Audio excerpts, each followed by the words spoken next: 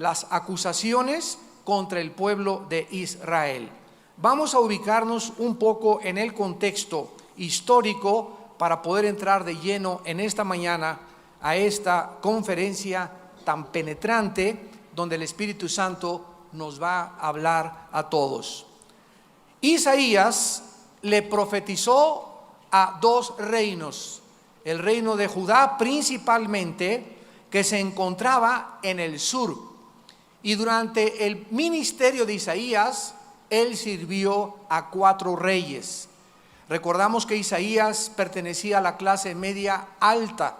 Los familiares, el papá de Isaías era amigo de los funcionarios públicos y del gobierno, y era una persona usada grandemente por Dios para poder penetrar dentro de estas esferas gubernamentales y crear conciencia, concientizar a su pueblo de la importancia que despertaran para poder influir en el país.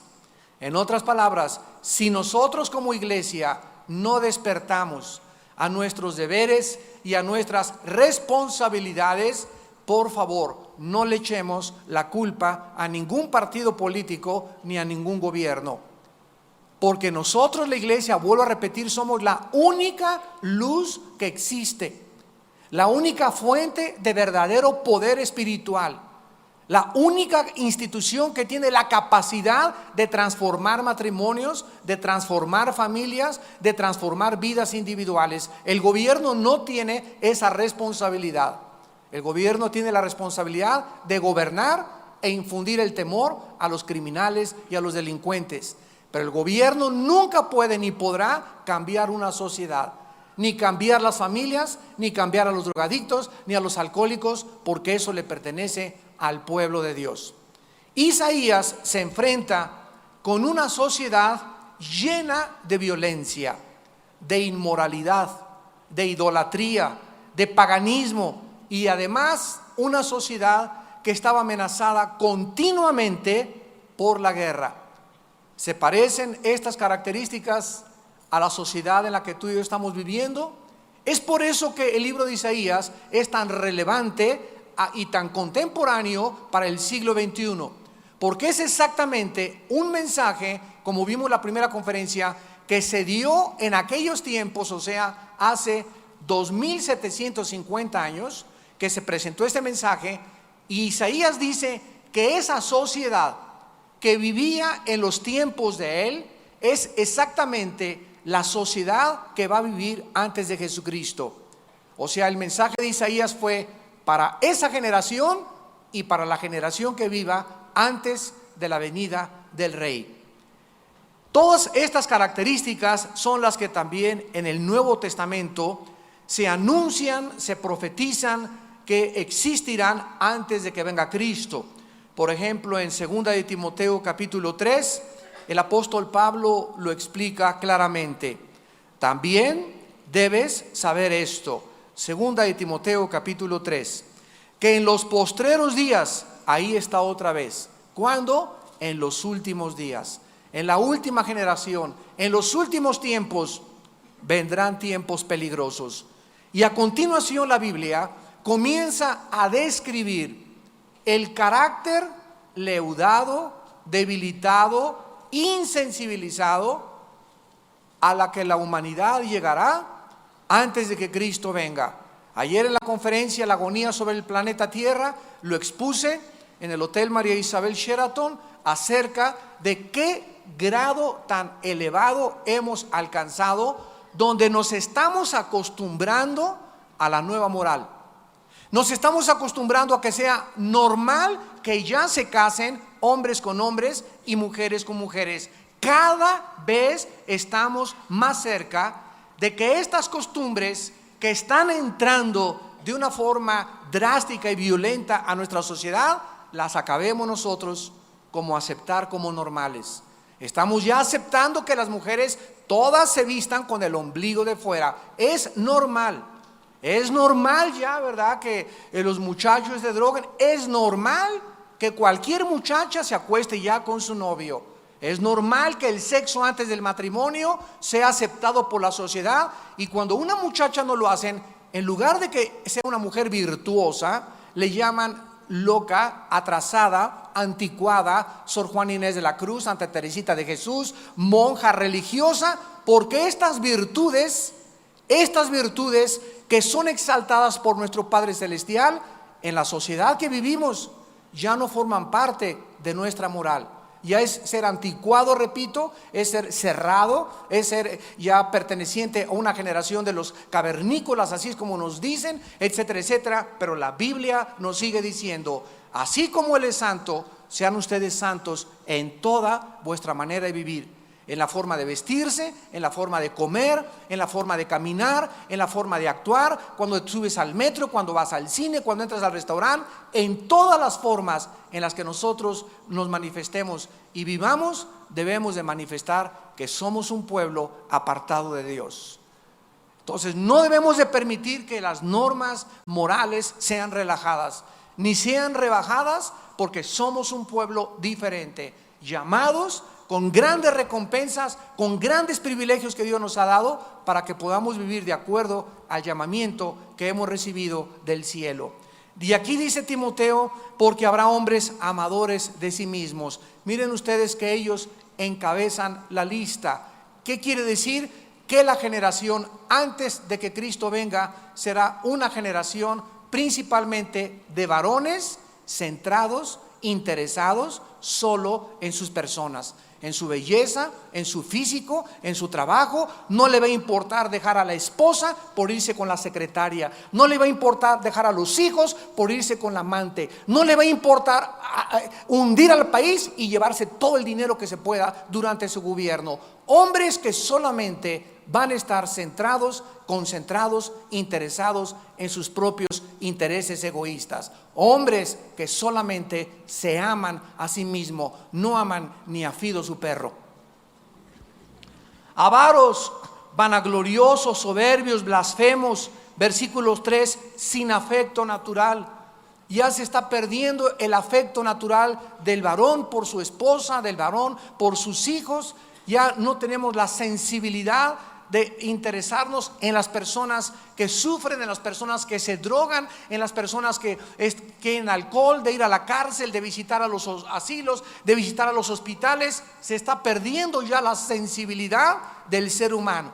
Nos estamos convirtiendo ya, sin que nos demos cuenta, en máquinas, en robots. Solamente funcionamos cuando nos dan cuerda. Ya no hay emociones, ya no hay sentimientos, ya no hay interés por nadie más que por mi propia persona. Estas características, regresamos a Isaías, se mencionan en todo este libro, y es interesante que se mencionan también para la generación antes de que Cristo venga. Nosotros pues, como Isaías, en el versículo 1, Dios le dio una visión. Así comienza el libro de Isaías, visión de Isaías. La palabra chazón, que se tradujo visión, significa que así como Dios le dio a Isaías una visión, ¿qué significa? Le permitió ver una perspectiva, síganme con mucho cuidado, le permitió ver una perspectiva mucho más lejana, esto es lo que es una visión, mucho más amplia de lo que iba a acontecer, para que cuando nosotros recibamos esta visión de Dios y entendamos que Dios quiere que tengamos una visión mucho más grande que en México entero, que los políticos, que tus familiares, que tus vecinos, etcétera, etcétera, es para que sepamos a dónde se dirige el mundo y estemos preparados en el momento en que las cosas comiencen a acontecer. Jesús dijo, les dije todas estas cosas para que cuando suceda sepan que yo también se las dije con anticipación. Es bien importante que nosotros sepamos en esta mañana que la Biblia nos habla claramente de que nosotros debemos de mantener una visión. Dice Proverbios 28:5, mas los que buscan a Jehová entienden todas las cosas.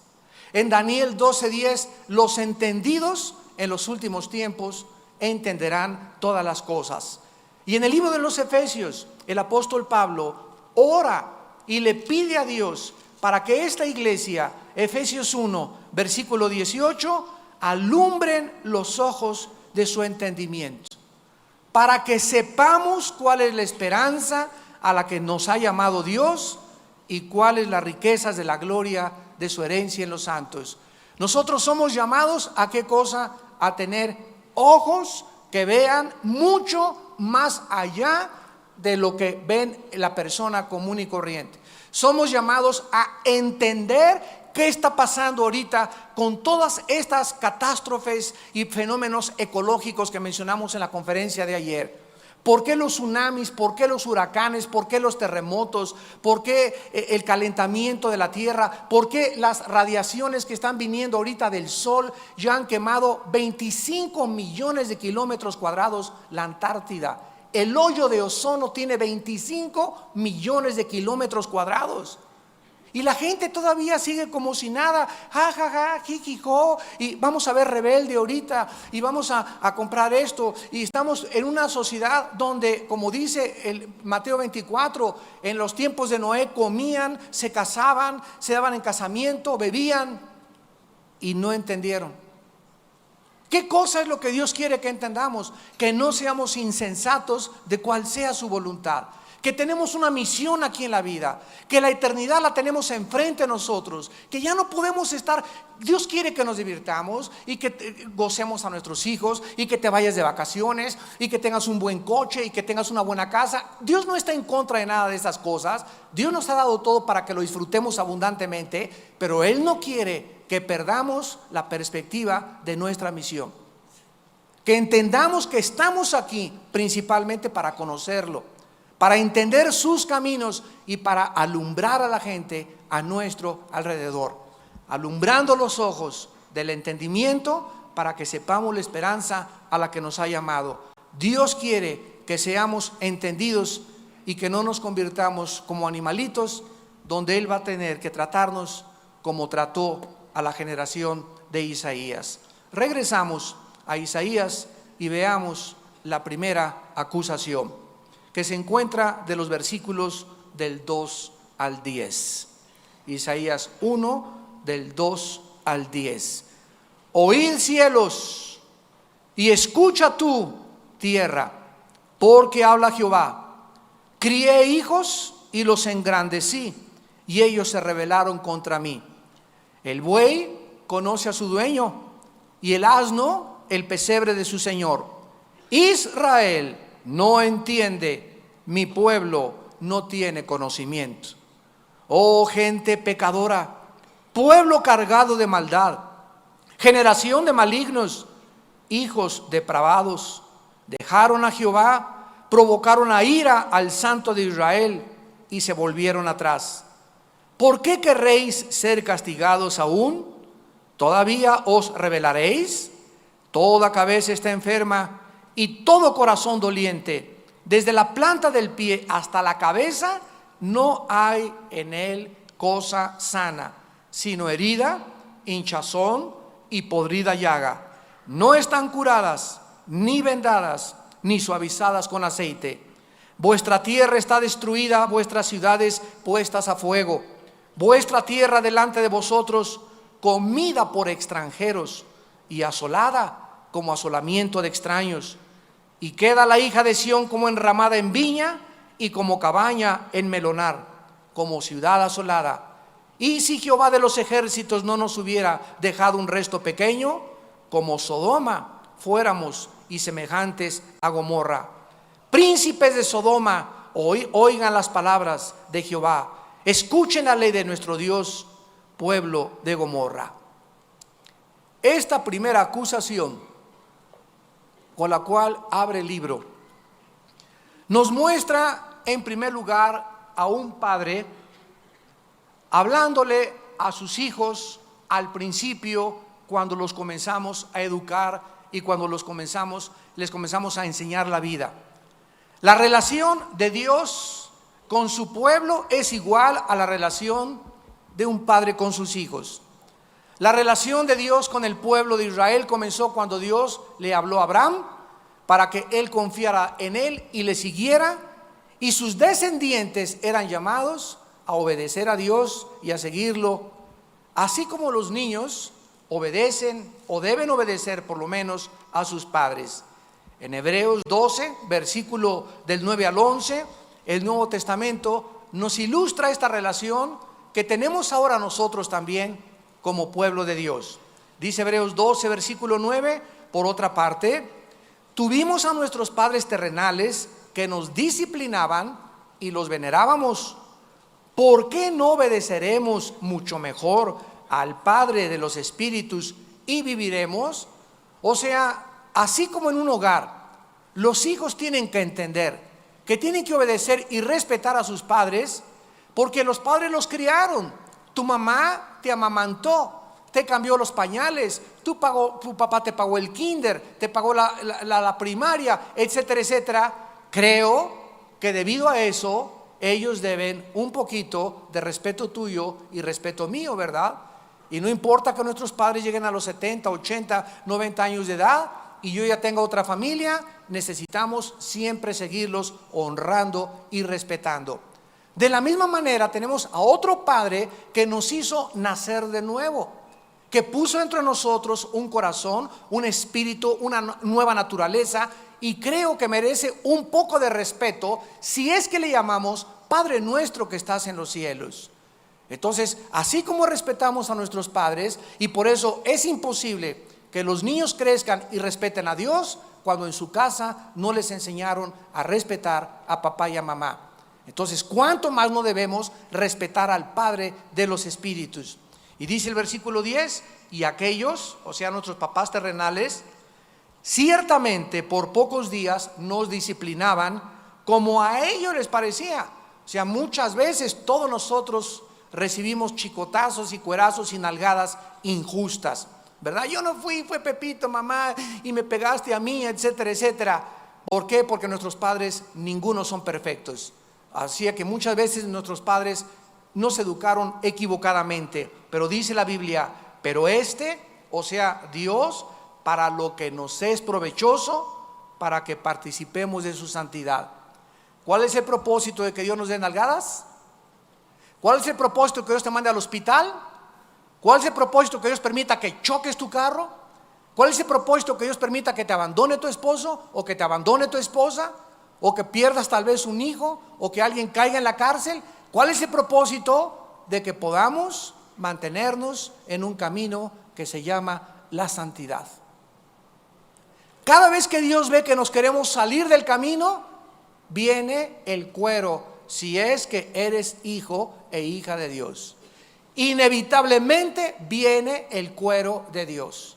Y este cuero tiene un propósito: que no nos salgamos del camino de la santidad.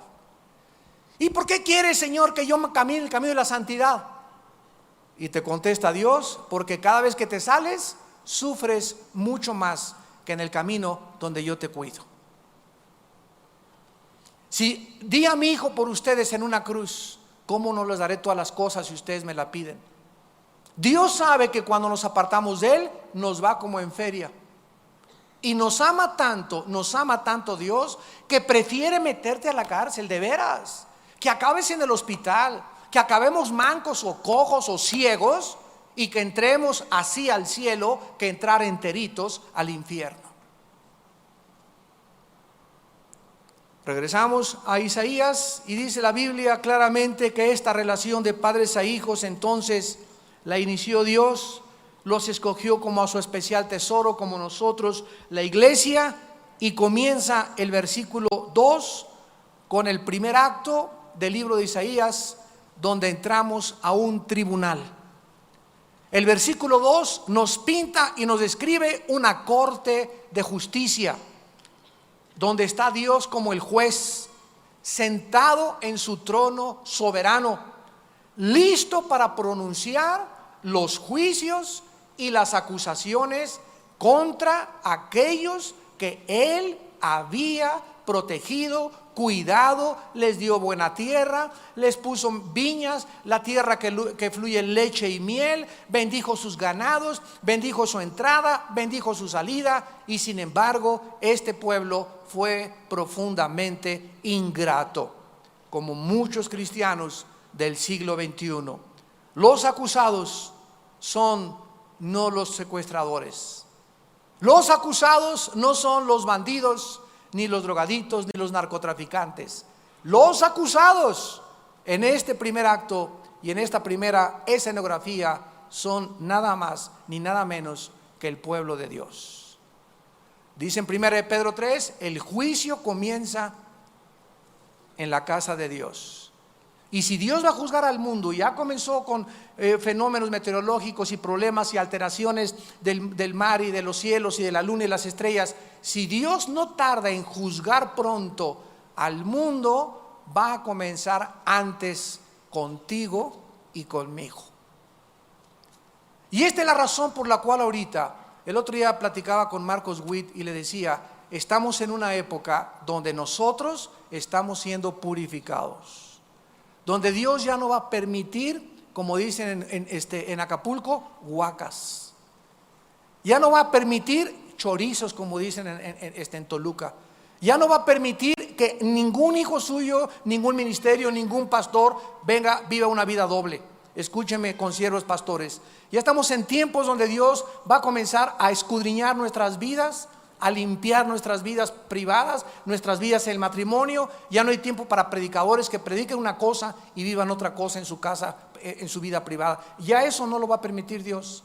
Ya no va a permitir Dios predicadores que estén engañando al pueblo y que estén robando al pueblo con las ofrendas, cuando ellos verdaderamente lo único que quieren es vivir para sus propios intereses. Dios ya no lo va a permitir. Dios ya no va a permitir que tú tampoco, ni que tú tampoco vengas a la iglesia y sigas creyendo que puedes vivir una vida doble. Van a venir juicios y juicios muy grandes sobre el planeta Tierra, pero principalmente sobre las iglesias, sobre aquellos que se dicen y profesan vidas cristianas delante de la sociedad. La Biblia nos muestra claramente que esta corte de justicia se va a abrir, y vean ustedes quiénes son los testigos. Versículo 2: oíd cielos y escucha tu tierra, ni más ni menos. Dios muestra al cielo y a la tierra y los pone como testigos. ¿Qué significa que Dios desde el Antiguo Testamento llamaba siempre como jurado a los cielos y a la tierra? Veamos rápidamente esta verdad en Deuteronomio capítulo 30, versículo 19. Deuteronomio 30, versículo 19. A los cielos y a la tierra llamo por testigos hoy contra vosotros, que os he puesto delante la vida y la muerte, la bendición y la maldición. Escoge pues la vida para que vivas tú y tu descendencia. ¿Qué significa que Dios continuamente apelaba a los cielos y a la tierra como testigos de que a su pueblo le puso dos caminos para escoger: el camino de la bendición y el camino de la maldición? ¿Saben ustedes por qué Dios se llama Jehová Tzedkenu y Jehová de los ejércitos? Dios de los ejércitos es uno de los títulos que Dios tiene en la Biblia, porque el mundo espiritual invisible a nuestro alrededor está poblado, pululado totalmente de millones de criaturas espirituales, tanto ángeles caídos, malos, encabezados por el príncipe de las tinieblas, Satanás, como huestes de arcángeles encabezadas por Miguel y por Gabriel, etcétera, etcétera, por otros arcángeles. Y estos seres y criaturas espirituales son continuamente, dice Efesios capítulo 3, que ante las potestades Dios la sabiduría la está manifestando en los cielos. Ellos son testigos cada vez que Dios castiga y disciplina a un hijo o a una hija. Ahí están los ángeles viendo. Dios es justo, Dios es justo, santo, santo, santo es el nombre de Dios. Su trono es estrado de juicio y su trono estrado de justicia. Y todos son testigos en el cielo y la tierra de que Dios, cuando castiga a alguien, cuando disciplina a alguien, cuando nos da de cuerazos, es porque lo merecemos. Dios es infinitamente sabio para equivocarse en su trato con nosotros. Nuestros padres no, ya lo vimos, se equivocaban, pero no así Dios. Vemos en Deuteronomio 31, versículo 28, que dice la Biblia: congregad a mí todos los ancianos de vuestras tribus, a vuestros oficiales, hablaré en sus oídos estas palabras, y llamaré por testigos contra ellos a los cielos y a la tierra. Como no tiene Dios testigos aquí abajo, porque yo no sé lo que tú haces en tu casa, ni tú sabes lo que yo hago en mi casa, hay personas que viven, seres espirituales que sí te están viendo y que sí me están viendo. Las 24 horas del día somos observados. Y en el Nuevo Testamento dice en Hebreos 12:1, teniendo tan grande nube de testigos, corramos con paciencia la carrera que tenemos puesta por delante. ¿Por qué debemos de caminar con paciencia? Porque hay miles de personas en el cielo que nos están observando. Y estamos siendo espectáculo, dice en 2 Corintios Pablo, a los ángeles del cielo. Nos están continuamente observando y además están aprendiendo la infinita sabiduría de Dios en su trato con nosotros. Así pues comienza Dios llamando a los cielos y a la tierra, y la primera acusación la encontramos en Isaías 1, versículo 3. El buey conoce a su dueño, el asno el pesebre de su señor. Israel no entiende, mi pueblo no tiene conocimiento. En primer lugar, la acusación de Dios nos revela tres hechos del pueblo de Dios. Número 1, demostraron que nunca lo conocieron. La primera acusación contra ellos es que no tenían conocimiento de Dios. Tenían menos conocimiento que los bueyes y los burros. ¡Qué tremenda acusación! No les dijo: los acuso de fumar marihuana, los acuso de violencia intrafamiliar, los acuso de ser ladrones, de ser asesinos. No, la primera acusación tiene que ver con Juan 17:3. Te la sabes de memoria. Cristo, orando en Juan 17 al Padre, le dijo al Padre: Padre, esta es la vida eterna, que te conozcan a ti y a Jesucristo, a quien has enviado. ¿Qué es la vida eterna? ¿Qué es el cristianismo? ¿Qué significa? Que Dios nos ha dado una salvación que nos llama, impone su Espíritu Santo para que comencemos a estudiar este libro de día y de noche. Porque este es el único libro en el mundo que nos enseña quién es Dios, cómo es Dios, cómo es su carácter, qué es lo que Él quiere, a qué le llama a Dios. No la doctora Corazón, Dios. No el psicólogo, Dios. No el maestro de tu escuela, Dios. No los escritores, Dios. Él es el que nos dice qué es bueno y qué es malo. No los sexólogos, no los psiquiatras, no las personas del mundo. Es Dios el que nos ha dejado su manual para que sepamos qué es bueno y qué es malo, para que mantengamos el rumbo. Este es el mapa, este es el timón, esta es la brújula que nos guía y me dice cuándo estoy bien, cuándo estoy mal, cuándo debo meterme, qué debo de hacer, cómo debo actuar, cómo debo de comportarme. Pero si nosotros no nos discipulamos, no tomamos diplomados, venimos solamente el domingo a la iglesia, entre semana no tenemos estudios, en la mañana nunca leo la Biblia, la leo una vez a la semana. Cuando llegue el juicio le dirán: Señor, Señor. ¿Y qué dirá Dios? Yo no te conocí. Porque Jesús dijo en Juan 10: mis ovejas, las que son mis ovejitas, oyen mi voz y me siguen. ¿Y cómo podemos saber nosotros que estamos siguiendo a Jesús? Cuando seguimos la Biblia. Cuando vienes a la Biblia, estás siguiendo a Dios. Cuando vienes a la Biblia, estás siguiendo a Jesús, porque aquí está la voz del pastor y yo la oigo y la sigo y la quiero obedecer, porque sé que su voluntad es felicidad para mi vida. Oigan, pueblos, les dice Dios a Israel: el burro conoce dónde vive su amo. El buey sabe quién es su dueño.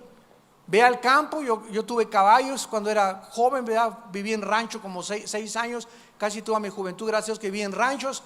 Y llegaba yo al rancho, tenía un caballo que hacía el pinto, y era un rancho grandísimo con unos pastizales tremendos. Venía con la cubeta de maíz y con avena para darle sorbo a mi caballo siempre, y comenzaba pinto, pinto, y nada más comenzaba, y venía de donde fuera mi caballo pinto, y llegaba y comía. Si me metía, me seguía por detrás el caballo, a donde quiera que yo vaya, me metía a la caballo donde estaban todas las sillas de montar y todos los látigos, los fuetes y los frenos del caballo, el cabestral y todas esas cosas, y el caballo ahí se quedaba esperándome. Me metía al río, le quitaba el freno y ahí se quedaba esperándome el caballo. Los animales, tu perro te conoce, mi perro me conoce, no conoce a los extraños. Y Dios acusa a su pueblo y le dice: pero ustedes no saben quién soy, ni siquiera saben dónde vivo. Miren ustedes en el Salmo 32 lo que Dios les advirtió también en una relación similar a la acusación que les hace con los animales. Qué triste es cuando lleguemos a ese nivel, más bajo que los animales, porque ni los animales, repito, desconocen a sus dueños. Dice en el Salmo 32, versículo 9: no seáis como Bambi, dice. No, ¿verdad? No seáis como el caballo o como el mulo, como la mula, sin entendimiento. Ahí está otra vez este cuadro: que han de ser sujetados con cabestro y con freno, porque si no, no se acercan a ti. Yo les platicaba que los caballos tienen un freno, que es un fierro así con un puentecito, y viene agarrado con 2 riendas, y cada vez de que tú le jalas la rienda al caballo, ese puente de acero se le encaja en el paladar. No te imaginas cuánto dolor le produce. Pero los caballos no hacen como los burros, ¿verdad? Es lo único que hacen los caballos. No puedes ver a los caballos llorar ni quejarse, pero están sufriendo terriblemente cuando le jalas el freno. ¿Y para qué tienen ellos que pararse? Cuando sienten dolor, porque el caballo tiene que asociar el dolor con la obediencia. Solo cuando sienten dolor se paran y se frenan. Dios nos dice exactamente lo mismo a nosotros. ¿Quieres entenderme con estas palabras que en esta mañana te estoy hablando? ¿Quieres entenderme por las buenas? Mijito, no te portes mal, haz esto, mira, tus caminos no me gustan. ¿O quieres que, como los animales, aplique dolor a tu vida? ¿Será necesario que Dios tenga que infringir dolor en nuestras vidas, o que nos pase algo que nos duela profundamente para que nos paremos y nos acerquemos a Él? Porque vean ustedes que el propósito del dolor en los animales es que se acerquen a su dueño y no se desboquen. No sean, dice Dios, como los mulos, como los caballos, que tienen que sufrir para entender que no deben desbocarse. Dios lo va a hacer si tú eres hijo e hija de Dios. Regresamos y vemos también, ¿verdad?, en el versículo 2, que dice Dios que los crió y los engrandeció, y ellos se rebelaron en contra de Dios. El buey conoce al dueño, el asno o el burro, el lugar donde vive su dueño, el pesebre. Israel no entiende, mi pueblo no tiene conocimiento. La rebelión probaba realmente que no conocían a Dios. Ni lo conocían, ni lo entendían. Y así acaba Malaquías, el último libro del Antiguo Testamento. En el capítulo 1 de Malaquías, versículo 2, dice Malaquías: Dios los ha amado. Y le contesta el pueblo: ¿en qué nos amaste? ¿Me han robado? ¿En qué? ¿Harán cubrir el altar con lágrimas? ¿Por qué? No supieron que los había amado, no supieron ni entendían que lo estaban robando cuando no le daban sus diezmos. ni entendían que debían ser fieles a sus esposas. Cuando el ser humano pierde el entendimiento ya de lo que, ¿de veras estoy robando a Dios? ¿De veras al engañar a mi esposa, estoy labrándome un futuro terrible, me va a ir como enfermo en la vida? ¿De veras soy tan ingrato que no le digo a Dios todos los días: Padre, gracias por la comida, gracias por el vestido, gracias por la familia que tengo, gracias porque me has levantado? Cuando perdemos eso de vista, nos volvemos ingratos, sin entendimiento y como los animales. En segundo lugar, dice el versículo 4 que la segunda cosa que manifestaba la acusación, y les dice Dios: oh gente pecadora. Vean por favor con atención, santos de Dios, el versículo 4. Yo no creo que haya calificativos más grandes que se les pueda dar a los que se dicen seguir a Dios. Gente pecadora, pueblo cargado de maldad, generación de malignos, hijos depravados. ¿A quién le está diciendo todo esto Dios? ¿A los nazis? ¿A los comunistas? ¿A los fascistas? ¿A las bandas de secuestradores? ¿A los terroristas? No, y no, mil veces no. Estos calificativos son a los que le siguen, al pueblo que está cerca de él. Yo me pregunto, ¿hasta qué grado puede el pueblo de Dios alejarse de los caminos de Dios y de la santidad para llegar al grado de ser acusados de esta manera? Yo al comenzar a estudiar este libro me puse profundamente a orar y a reflexionar y a meditar. Oh Dios, ¿es posible que podamos llegar a este punto tan profundo nosotros los que te seguimos y que somos cristianos, para que algún día en tu juicio nos hagas esas acusaciones y nos digamos: se lo está diciendo a los nazis? No es a mí, ¿verdad, Señor? No, al mochorejas, no, a los asesinos. No, les estoy hablando a ustedes, dice el Señor. Les estoy hablando a ustedes. ¿Hasta qué grado puede una persona llegar? Y me contestó Dios en el Nuevo Testamento, en 2 de Pedro capítulo 2. En 2 de Pedro capítulo 2 dice el versículo 20 al versículo 22, y fue mucho más claro ahora que lo comparé con Isaías 1 versículo 4. Dice en 2 de Pedro 2 versículo 20 al 22: ciertamente, aquí está hablando precisamente de muchas personas que militaron dentro de la iglesia, que dijeron que habían recibido el bautismo del Espíritu Santo, que hablaron lenguas, que echaron demonios, que tomaron estudios, y sin embargo estas personas, dice la Biblia, si habiéndose ellos escapado de las contaminaciones del mundo por el conocimiento del Señor y Salvador Jesucristo, enredándose otra vez. ¿Cuál es el peligro que tenemos todos nosotros, latente y potencial? Que si nosotros nos salimos del camino de Dios, nos vuelve a atrapar otra vez la mala hierba, las drogas, el adulterio, el robo, la tranza, y miles de cristianos que actualmente se encuentran en este mare magnum, en este hoyo, en este pozo de la desesperación, y dicen: Dios mío, hace 2 años estaba alabando a Dios, tenía paz, tenía tranquilidad, tenía todo, pero ¿por qué me encuentro ahora en la situación en la que me encuentro? Porque separados de mí nada podréis hacer. No es hasta que cobramos conciencia profunda de la importancia que tenemos de vivir cerca de Dios. No es hasta que nos damos cuenta qué peligroso es soltarnos de la Biblia. Qué peligroso es comenzar a ir a ver películas y películas. Cada vez que tú vas a ver 2 o 3 películas a la semana, te debilita, Te debilita películas en la televisión, sobre todo con sexo, con adulterio, con violencia. Te debilita interiormente.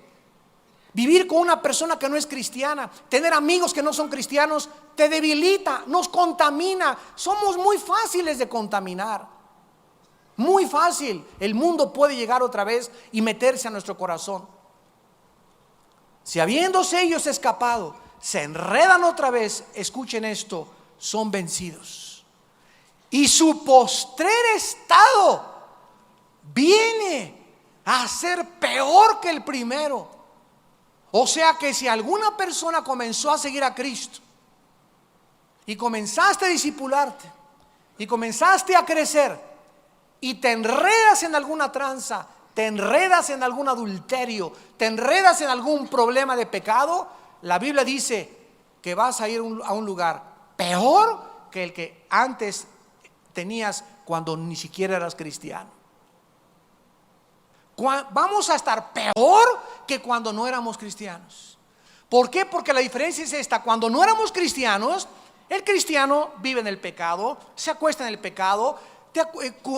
¿Con quién te acostaste anoche? Ajá, mi compadre, con la fulana de tal. Y qué buena está esa artista, ¿verdad? Y qué cuero de mujer traes. Y cuántas tranzas hiciste. Y esas son las pláticas de los no cristianos. Y las conversaciones en la escuela. Y groserías, etcétera, etcétera. Y no te molesta. Pero cuando ya tienes a Cristo, tienes al Espíritu Santo. Y cuando tenemos al Espíritu Santo, ahora ya nos molesta. Y nos damos cuenta, cuando tenemos al Espíritu Santo, qué miserables somos.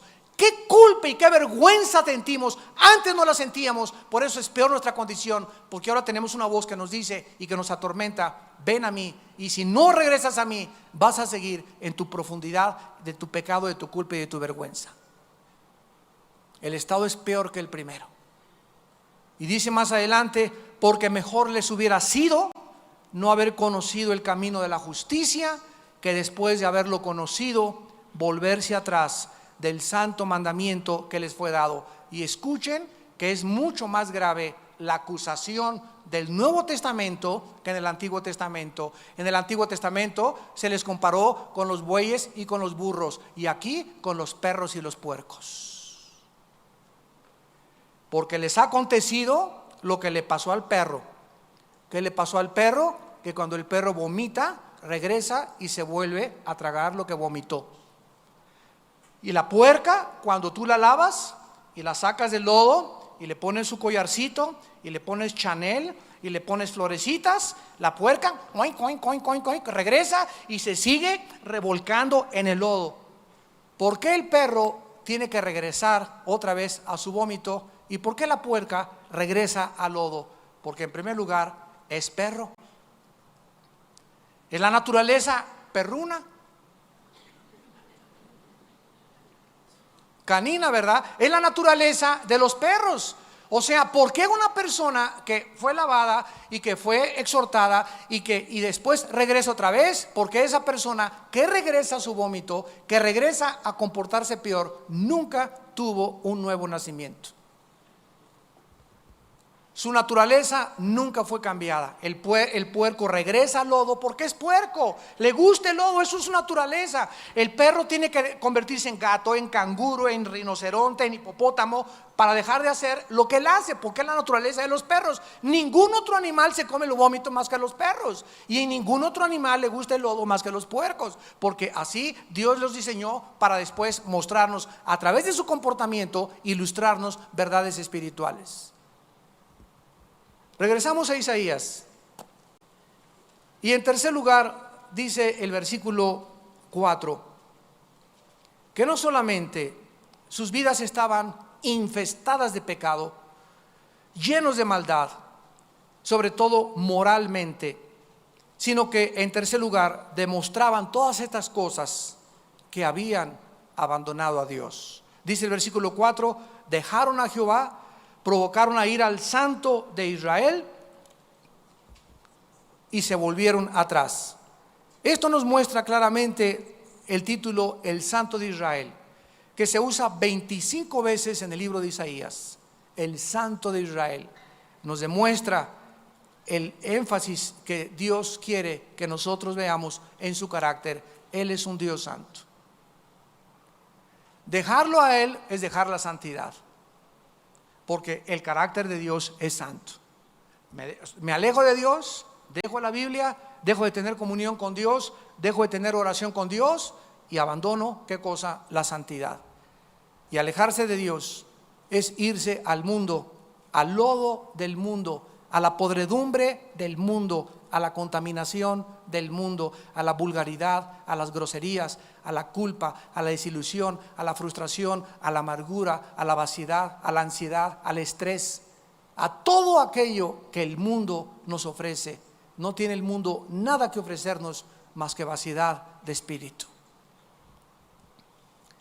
Esta rebelión absurda de su pueblo los llevó a la disciplina. Versículo 5. Y Dios les hace dos preguntas, buscando que se enfocaran y que pusieran atención en lo que Dios quería para ellos. ¿Por qué quieren ser castigados otra vez? Es la primera pregunta que Dios nos lanza en esta tarde, en esta mañana. ¿Por qué quieres que te trate como los animales? ¿Por qué quieres que te vuelva a ir mal en la vida? Si di mi vida para sacarte de esa vida tan perruna que llevabas, de esa vida tan miserable que llevabas, de esa vida de vaciedad, de desilusión, de tristeza, donde tú eres testigo de qué vida te saqué. Mira de qué cantera os he cortado, le dijo Dios a Isaías más adelante. Dile a mi pueblo de dónde lo saqué. ¿Por qué quieren regresar ahí? ¿Por qué quieren regresar otra vez al lodo? ¿Por qué quieren regresar otra vez a las drogas? ¿Por qué quieres regresar otra vez a la fornicación, a la inmoralidad? ¿Quieres tener sida? ¿Te quieres morir de sida? ¿O de enfermedades venéreas? ¿Quieres que tus hijos salgan con cara de sapos? ¿Quieres tu matrimonio ser manchado por el adulterio y la infidelidad y la deslealtad? ¿Eso es lo que quieres? ¿Por qué lo quieres? Dice Dios. Si ustedes me contestan que sí, voy a tener que concluir que ni los animales contestarían eso. Todos deseamos vivir felices, vivir tranquilos, que nos vaya bien, pero hay un precio que pagar, y el precio que pagarse es la santidad, vivir cerca de Dios. ¿Por qué quieren ser castigados? Y la segunda pregunta que les hace: ¿qué todavía van a seguir rebelándose? ¿Vas a continuar después de esta mañana que me escuchas con tu rebelión? Y entonces Dios, para terminar, les hace tres comparaciones. Número 1, en el versículo 5b dice: desde la planta del pie, versículo 5, toda cabeza está enferma y todo corazón doliente. Desde la planta del pie hasta la cabeza no hay cosa sana. Mira nada más la condición tan patética con la que se describe a lo que llegó Israel. Herida, hinchazón, podrida llaga, no están curadas, ni vendadas, ni suavizadas con aceite. Vemos nosotros en este cuadro que ninguna parte de la nación estaba sanada. Era un pueblo lastimado desde la planta del pie hasta la cabeza. Y esto es, amado pueblo de Dios, lo que nos hace el pecado. El pecado nos convierte en inválidos. ¿Tú has visto a una persona así?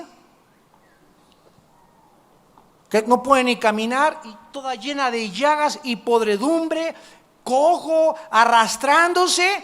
Esto es un cuadro de lo que nos hace el pecado. Y esta condición de moretones, de hinchazón, de golpes y de sangre y de cicatrices es la que Cristo llevó en la cruz del Calvario. Por eso Cristo estaba hecho un guiñapo en la cruz del Calvario. Por eso no había nada sano en él, sino podrida llaga, hinchazón, moretones de los golpes, de los latigazos, de los golpes que le dieron en la nariz, de los chipotes que le sacaron en la cabeza, de la sangre que escurría por todos lados. Porque esto es lo que el pecado hace. El que no conoció pecado por nosotros se hizo pecado. Y toda esa podredumbre, todo ese sanguinolento, todo ese estado, todo ese monstruo en el que Cristo estaba en la cruz, era un retrato para que nosotros sepamos que eso es lo que el pecado hace: nos convierte en monstruos, nos invalida nos esclaviza. Y tenemos que llegar como pueblo a odiar el pecado con todas las fuerzas de nuestro corazón. Odiar el humo del cigarro, odiar las drogas, odiar la fornicación, odiar el adulterio, odiar el robo, odiar la deshonestidad, con la misma pasión que amamos a Dios, con toda nuestra alma y con todas nuestras fuerzas. Con esa misma pasión debemos aborrecer el mal. Y no es hasta que llegamos a esta convicción que realmente, dice la Biblia, haciendo estas cosas no caeremos jamás. En segundo lugar, les dice Dios, van a ser destruidos. Versículo 7, vuestra tierra está destruida, vuestras ciudades puestas a fuego, vuestra tierra delante de vosotros comida por extranjeros y asolada como asolamiento de extraños. Y queda la hija de Sión como enramada de viña, como cabaña en melonar, como ciudad asolada. En segundo lugar, Dios les anuncia que si ellos continuaban en su rebelión, se iban a autodestruir. ¿Qué es lo que nos hace alejarnos de Dios? La consecuencia de alejarme de Dios es que cada paso que doy más lejos de Dios, cada paso que doy más lejos de Dios, cada vez que estoy más lejos de Dios, más cerca estoy de la barranca. Más cerca estoy de mi propia autodestrucción. Eso es lo que nos hace alejarnos de Dios y no nos damos cuenta. El mundo no se da cuenta alrededor que este planeta está ya incendiándose, ya se está hundiendo el barco. Pero ustedes, dice la Biblia, sean entendidos de cuál sea mi voluntad. Entiendan todo lo que está pasando, que son juicios de Dios para un mundo rebelde. Un mundo, repito, donde ya no queremos que tú gobiernes. Quita de nosotros tus cuerdas, echa de nosotros tus cuerdas, déjanos gobernarnos. Tenemos la economía, tenemos la ciencia, tenemos la tecnología para poder hacer un mundo mejor. No te necesitamos a ti, oh Dios. Y el Dios tiene que dejarnos a que el barco se hunda, para que en los siglos venideros y en la eternidad se demuestre las abundantes riquezas de su gracia para con nosotros en Cristo Jesús, y que Él tuvo razón en establecer la bendición y la maldición. Y finalmente les dice el Señor en el versículo 9, en su grandísima misericordia. Si Jehová de los ejércitos no nos hubiera dejado un resto pequeño, en el hebreo es la palabra más preciosa que existe, es la palabra sarid, con S de Samuel y D de Daniel al final. Sarid, que se tradujo remanente. Si Dios no nos hubiera dejado un pequeño grupo de cristianos entregados y consagrados, como Sodoma sería la iglesia y como Gomorra. En todas las iglesias, llámese nazarenos, presbiterianas, bautistas, Vía Nueva para el Mundo, Calacuaya, Amistad Cristiana, el nombre que tú quieras, en todas las iglesias de Dios existe un grupo muy pequeño de consagrados a Dios. Y gracias a ese grupo, aquí yo no sé cuántos son en esta iglesia, gracias a este grupo que siempre es muy pequeño, la iglesia no se ha acabado de infectar y todavía sigue con su plan eterno, Dios trabajando con esa iglesia. Pero cuando ya ni siquiera hay un pequeño grupo en una iglesia, y cuando ya el pecado corroe totalmente y corrompe totalmente los corazones, no le queda a Dios más que aplastar y comenzar a juzgar sus iglesias. ¿Qué le dijo Dios a Abraham? Génesis 18.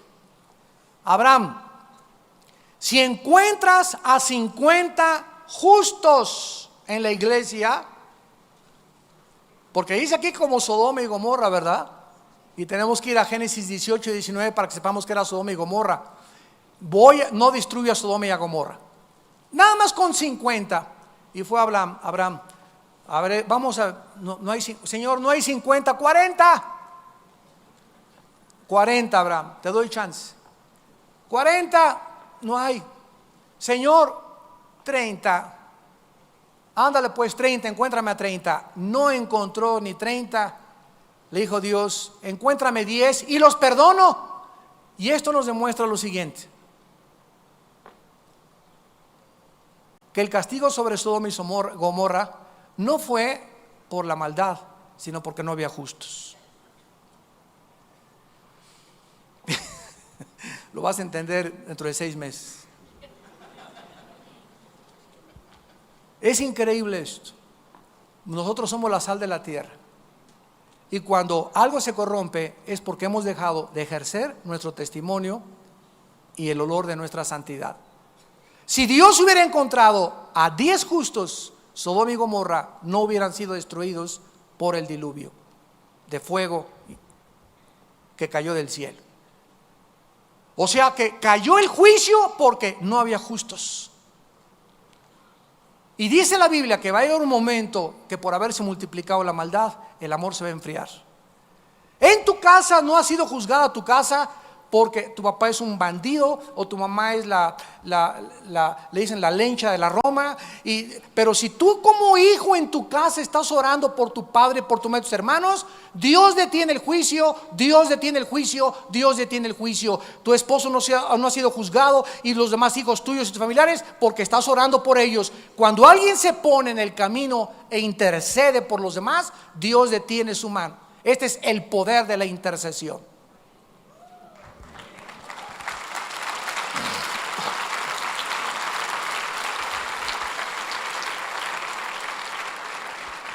No nos imaginamos el poder tan grande que existe en la oración. Tal vez tu familia, tú no te das cuenta, pero hay alguien en tu familia que está orando por ustedes, por lo cual Dios no los ha juzgado. Pero el día que dejemos de orar, el día que dejemos de caminar en la santidad, el día que dejemos de ejercer el testimonio y la fuerza y la influencia que la iglesia debe tener en nuestra República Mexicana, ya no hay entonces ninguna salvación, ninguna esperanza para nuestro querido México. Y ahí estamos los cristianos esperando. Yo le voy al PRD, yo le voy al PRI, yo le voy al PAN, todavía creyendo y poniendo nuestra esperanza en hombres. Vana es la ayuda del hombre cuyo aliento está en su nariz. No os acerquéis a personas que nos pueden ayudar, dice el Señor. No hay hombres que puedan cambiar. Si alguien va a cambiar el curso en México, somos nosotros, la iglesia de Jesucristo, con nuestra influencia, con nuestro testimonio, con nuestro poder del Espíritu Santo, con la predicación de la palabra, en desayunos, saliendo de la iglesia y yéndonos a los hoteles a predicar, rentando los estadios, alquilando auditorios, levantando centros de rehabilitación, mostrándole al gobierno que somos un potencial, una institución, una fuerza poderosa para cambiar nuestra sociedad. México no va a ser cambiado con una mejor economía ni con menos corrupción. Va a ser cambiado cuando Jesucristo sea levantado como el Rey de Reyes y Señor de Señores de nuestra patria. Padre, te damos gracias por tu palabra en esta tarde. Te alabamos y te bendecimos porque tus juicios son justos y porque la justicia es el estrado de tu trono, Señor, y de tus pies. En tus pies, Señor, está la justicia, y tú cuando pisas, Padre Santo, para aplastar y para hollar, es porque tus juicios han venido y porque tu reino ha tomado el poder sobre toda la tierra. Oh Dios, esperamos ese día cuando podamos escuchar de los ángeles: el reino ha venido al Señor y a su Cristo, el cual reinará por los siglos de los siglos. Y las naciones se airaron, y la ira de Dios ha venido, y el tiempo de juzgar a los muertos y de darle recompensa a los santos y a todos los que temen su nombre, y de destruir a los que destruyen la tierra. Señor, estamos delante de ti como un pueblo culpable. Tú has hecho todo por nosotros, ya no puedes hacer más por nosotros. Nos diste a tu Hijo Jesucristo, nos dejaste tu santa palabra, pusiste tu Espíritu Santo dentro de nuestro corazón. ¿Qué más podía Él hacer? A pesar de esto, queremos seguirnos rebelando. ¿Queremos que Dios nos vuelva otra vez a disciplinar? Oh Padre, danos entendimiento y conocimiento tuyo, más que oro y más que la plata, porque eso es lo que tu pueblo necesita entender. que tú eres un Dios santo, que amas la santidad, y que si invocamos por Padre, aquel que sin acepción de personas juzga a cada uno según sus obras, conduzcámonos en temor durante todo el tiempo de nuestra peregrinación, sabiendo que no fuimos comprados con oro ni con plata, sino que la sangre de Jesucristo fue derramada en una cruz para pagar tan grande salvación. En esta mañana hay muchas personas tal vez que aún no tienen a Jesucristo en su vida. Yo te invito en esta tarde a que vengas a Él, a que ya no sigas rebelándote, a que ya no te sigas oponiendo a los juicios de Dios, a que le entregues tu corazón con todo tu alma y con todas tus fuerzas y le pidas perdón por tus pecados. Y en esta tarde Él pueda abrazarte y decirte: te amo, hijo mío, siempre te he amado y te he esperado en este momento para que yo pudiera cobijarte y darte mi protección y hacerte entender que no eres animalito, no eres animalito del campo, eres mi hijo, eres mi hija, y yo quiero lo mejor para tu vida. Y en esta tarde invítale a tu corazón diciéndole estas palabras ahí desde tu lugar. Ustedes que nos ven por la televisión también, donde quiera que estés, en la cárcel, en la sala de tu casa, en donde quiera que tú te encuentres, en un hospital, dile a Dios estas palabras: Señor, te pido perdón por mis pecados. Creo que Jesucristo pagó con su sangre en la cruz por mis pecados, y te pido que entres a mi corazón como mi Señor y Salvador. Me arrepiento con todas mis fuerzas, te pido perdón por mi vida y dame el poder de vivir para ti. En el nombre de Jesús, amén.